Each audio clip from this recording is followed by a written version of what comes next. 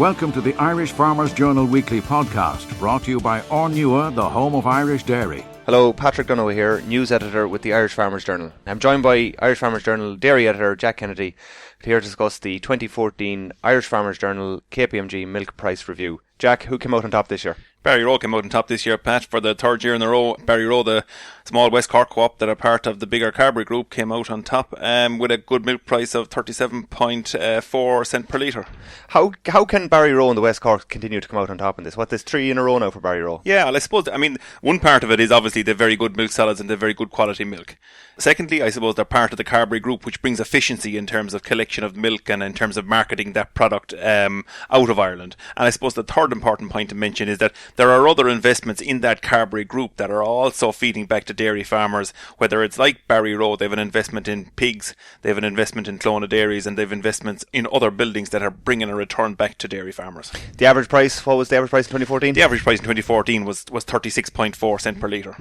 And moving up the country, I suppose, into other ones, the big names like Dairygold and Glanbia, how did they perform? Dairygold and Glanbia actually this year jumped back up into the top 5, which will be welcomed by a lot of Dairygold and Glanbia farmers, that they are again performing back up in the top 5, because for a long number of years they've been outside that, and now that they're back up there, farmers will be saying that a bit of scale, a bit of efficiency is beginning to really pay dividends in terms of a better milk price. And then further up the country again, Monaghan, Arrivo and Lakeland, how do they do? Yeah, Town of Monaghan bring up the rear.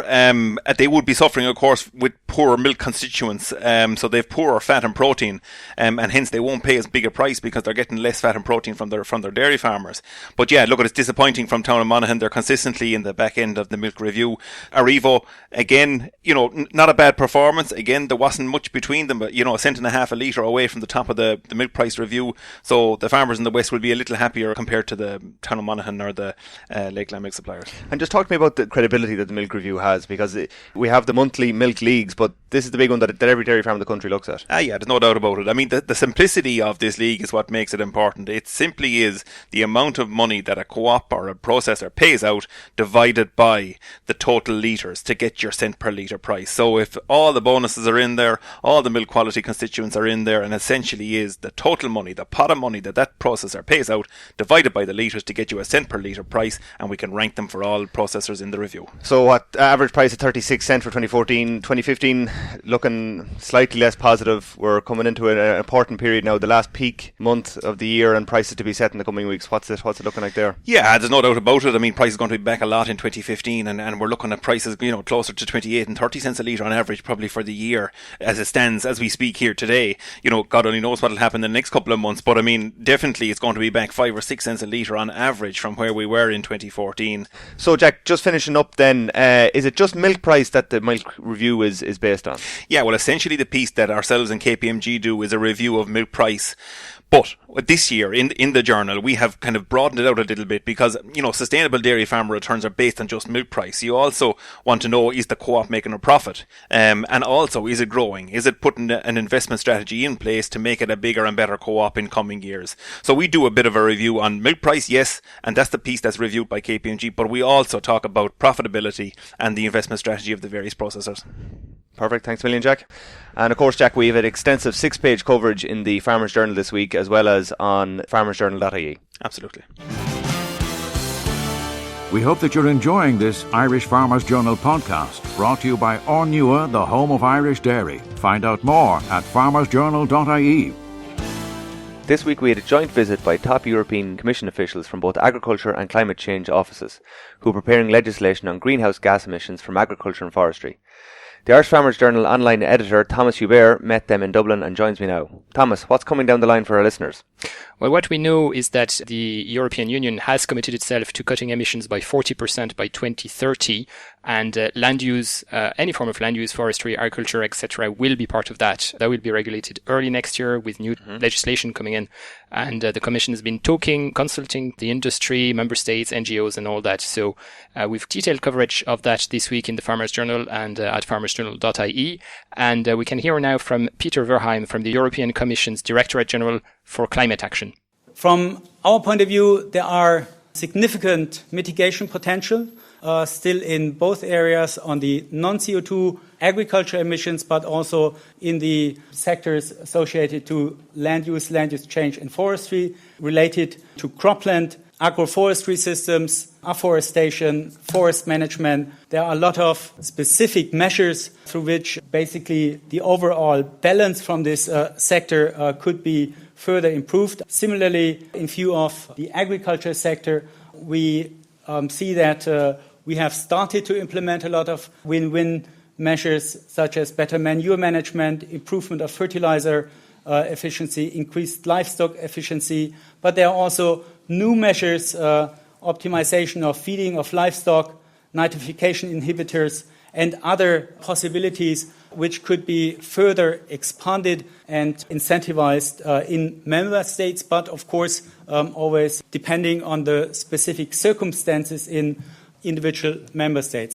Very good. What's the mood about this in Ireland? Sometimes it can be hard for people to, equate such a large issue of climate change right down to farmer or even rural level. What does this mean? Well, farming organisations and the Department of Agriculture as well have insisted in their submissions to the Commission that food production should remain a priority. That's Foodwise 2025 and all that. Despite, the need to curb emissions, they say we must produce more. Let's not forget that. They also say that we should be able to balance emissions from agriculture against other examples of land use, such as forestry, which actually helps with emissions. Environmentalists agree with that. They say each sector should do their own bit for this effort. So let's hear from an independent Irish observer. He's Michael Hamill, a former environmental expert at the European Commission and now adjunct professor at UCD. The first thing people need to do is get into their heads the fact that climate change issues, greenhouse gases are a major thing for farmers to take into account in the future. Not easy to do because farms aren't like big industrial operations. So what we have to do is develop a policy that helps farmers in whatever way is possible in relation to their legitimate business of increasing agricultural output and the legitimate business of the rest of the world in ensuring greenhouse gases are reduced very dramatically. So we've got to work within Irish agriculture to see what the implications are for us. The worst thing we can do is just assume that we can carry on somehow and things will go away. Now, there's a further point that I think needs to be made. We shouldn't put farmers into a category on their own. The beneficiaries, if we increase agricultural output, will be the processing industry, the inputs industry. The processing industry and the food companies have a huge responsibility, an enormous responsibility to play their part in respect of helping agriculture face its responsibilities. Very good. And of course, Glanbia was sponsoring the public forum where the Commission officials were invited to speak this week. What was the need for Glanbia to get involved and what did they make of the whole thing? I posed this very question to Jim Bergen, the head of Glanbia Ingredients Ireland. And to go back to milk prices, as you were discussing with Jack earlier, I also asked him about the outlook for Glanbia's milk price for June. I think sustainability formed a significant part of Vision 2025. It is one of the major challenges, I suppose, for the growth in dairy over the next number of years. It's something that Glanbia has focused on for quite some time now. And in addition to Origin Green, we have developed our own sustainability programme called Open Source. So it is high on Glanbia's agenda. It is a risk factor in relation to our members and our suppliers' growth, and we are working very hard to get as much clarity as we possibly can in relation to this risk and how we can guide our suppliers for the future. There are limits that are imposed there today, a 20% reduction by 2020, 40% reduction by 2030, but they also said that there is considerable flexibility available to our local Irish government, and obviously how that is implemented by our government here in view of agriculture being the number one industry will be very, very important also.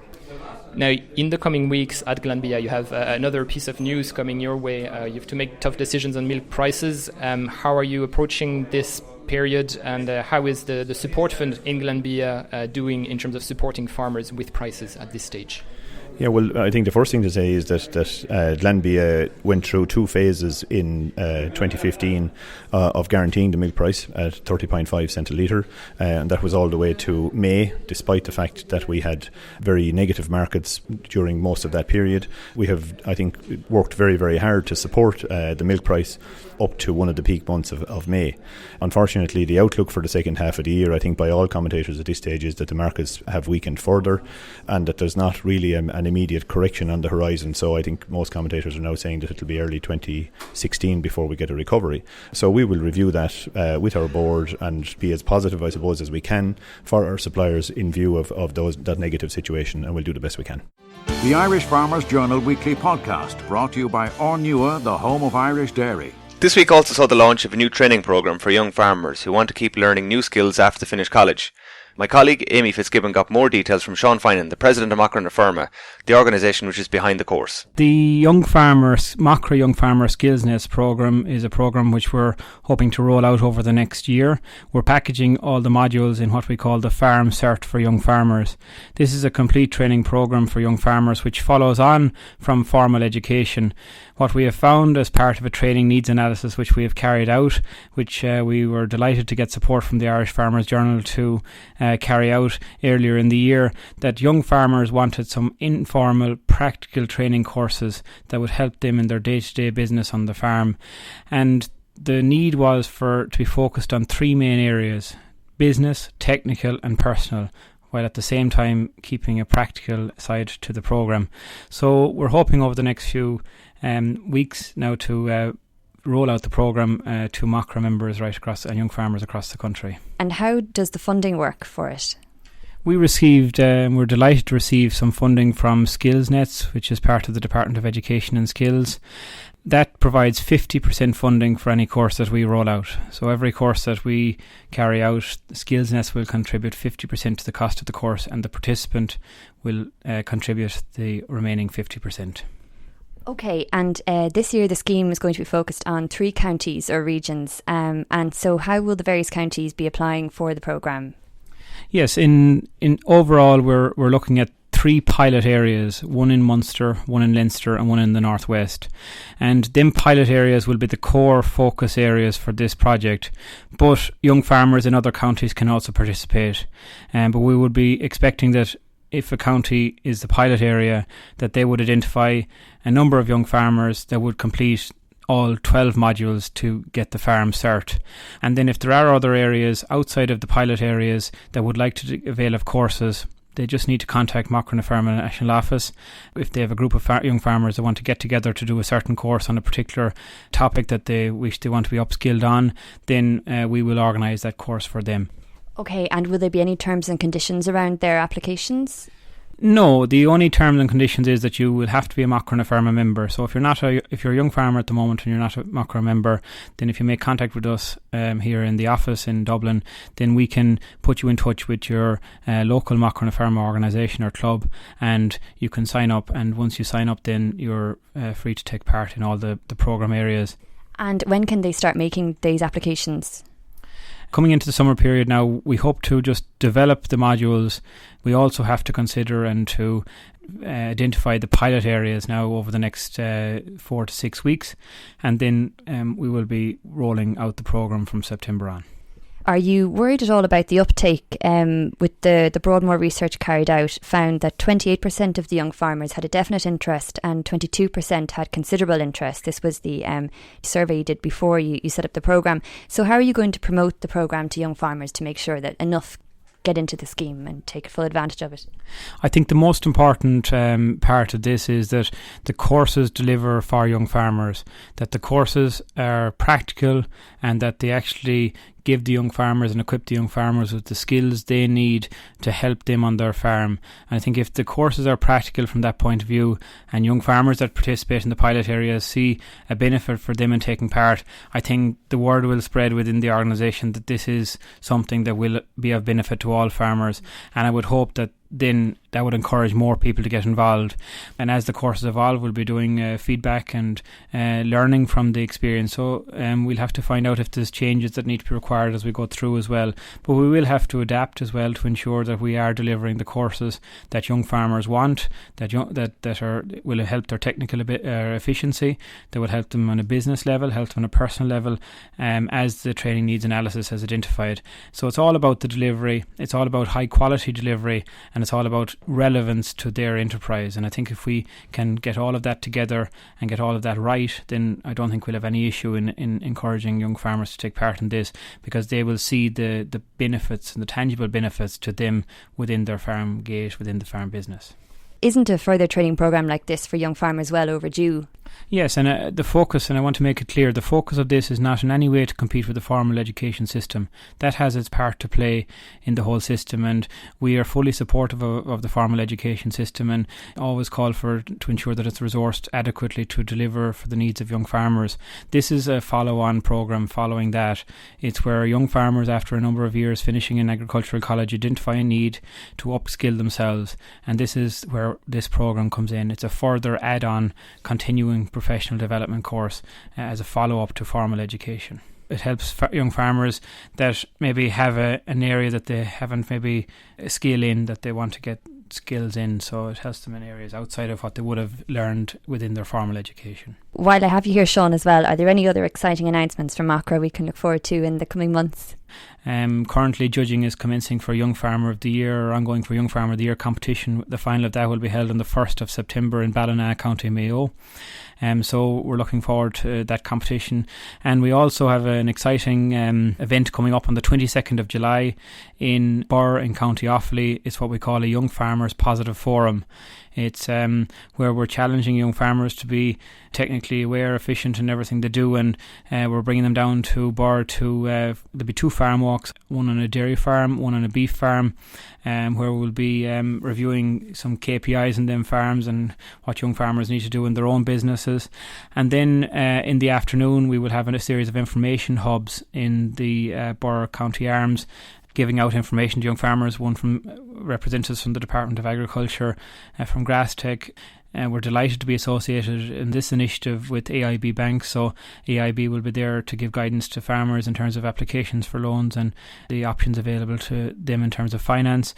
Herdwatch and Farm Relief Services will be there as well. So there'll be the information hubs. There will be a barbecue in the afternoon, and then there will be a panel discussion as well. So it promises to be a great day. It's the 22nd of July, and young farmers can register for that event by contacting Macra or accessing the Macra website as well. That all sounds great. Thanks a million for speaking to me, Sean. Thanks very much. You're listening to the Irish Farmers Journal podcast, brought to you by Ornua, the home of Irish dairy. And finally, things seem to be heating up on the broadband front, with plans to roll out much awaited infrastructure across rural Ireland. Irish Country Living has continuing coverage of the issue, and Joanne Fox gets a clear picture of what our listeners can expect with consumer editor Ciara Leahy. Up until now, there has been a lot of government focus on broadband, but it's more been on quantity, getting broadband in rural areas. The problem is actually the quality of it. It's so inconsistent, it's very slow, it's unreliable. These are all words that our readers are coming back to us saying that this is the problem with broadband in rural areas. And it really isn't good enough. Broadband isn't just about downloading Netflix. It's about businesses running their operations in rural areas, providing jobs to local people. It's about schools being able to provide IT services that are the same as the children in urban areas that they're getting in schools in urban areas. And it's for farmers, it's improving their quality of life and allowing them to be more efficient in their business. So we see it as a huge game changer, like a levelling of the pitch to get rural Ireland in line with urban Ireland. And it's something that Irish Country Living is really focused on, and I know other organisations like the IFA are also really focused on it as well. So tell me, Ciara, where are we now with regards to rural broadband? Okay, so there is a lot of work being done at the moment, which is really relevant to our readers. So first of all, it's the infrastructure. So there's 2 types of infrastructure that really affects our readers. So first of all, there's fibre to the cabinet. Okay, so the way this works is you've got your exchange, and then the broadband is distributed to cabinets, and then that's pushed into homes via copper. And that's what's happening in a lot of urban areas and in some rural areas that are close to towns and cities. Eircom is rolling this out at the moment, along with other commercial operations. There's a big rollout at the moment, and people are getting speeds of up to 100 megabytes, which is bundles. Like, that's really good Very speed. good, yeah. Yeah, it's really good.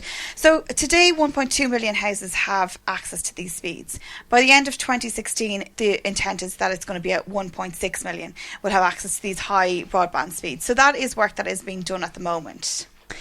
So tell me, what happens then if you're not close to the areas that you're talking about near towns and cities? I live in Hollywood in County Wicklow, which is just outside really of Dublin. Yeah. But I have limited or very bad broadband. So I would be very interested to know. Absolutely. So if you don't fall under this fibre to the cabinet infrastructure, then you're going to fall under the government's national broadband plan.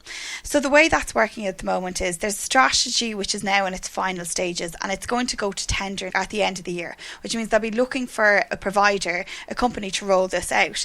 So I talked to Eircom, who are going to be tendering for this. Their solution to this is what's called fibre to the home. This will mean that the fibre will go straight from your local exchange straight into the home. Now, the bad news is if you fall under the national broadband plan, Joanne, which you might well, it could be 2020 before you have this technology. Long way off. It is a long way off. The good news, though, is if this is introduced, you could get speeds of up to 1,000 megabytes, which means many homes in rural Ireland could have faster speeds than people are getting in urban areas. So there's definitely the con of that it's going to take a while, but you know, the end result could be extremely good. For rural Ireland and residents in rural Ireland. No, well, that does sound good, Ciara. And obviously there's been a lot of talk lately and over the last number of years about rural broadband. But like from my own point of view, and I know from other people, you know, people are annoyed with all of these promises of great fast speeds and, you know, download capacity and all of that. Yeah. What do you think is different this time? Well, you can never guarantee it. Look, it's still, these are all plans in place. I'm not going to stand here and go, this is definitely going to happen. But it does look promising, Joanne. You know, I put this question to the IFA as well, and I suppose they said as well, there are a few things that are indicating that this time it could be different. First of all, you know, the government doesn't seem to be just writing a cheque this time. There's been a big investment into resources. So I have heard that their team now has grown tenfold. So now they have the skills and technical experience to get the job done properly. There seems to be a big investment from the government, which is going to be matched by the industry. So we could be looking at a €1 billion project. And also, I suppose what's very important is Eircom have done this on a pilot basis in Belcarra in County Mayo. And I've been out there. I visited there 3 weeks ago, and I went out to 3 residents. I mean, the speeds that they are getting are absolutely fantastic, and this is a rural area. You're talking about 15-20 minutes outside Castlebar, but I mean, lots of farmland. It is quite rural. I talked to a guy there who's running a business, an online business from his house. He's running 5 websites from his home. No problem at all. His speeds are absolutely fantastic. So it's been trialled. They know this technology could actually work, so that's all very heartening. So obviously there's going to be huge competition then to be the next Belcarra, and I know you had the article in there, was it in last week's paper in the journal about broadband in County Mayo. Can you give some of the listeners a little bit more detail about that project? This is a competition that Eircom are actually running. It'd be the next Belcarra. So Belcarra was just chosen as for the pilot scheme. They just felt that it ticked a number of boxes in regards to rolling it out and seeing if it actually worked. So now what they're doing is they're launching competition for communities to be the next Belcarra, which means if you're under this national broadband plan and you're thinking it's going to be 2020 by the time I'm getting broadband, they're allowing you to skip the queue.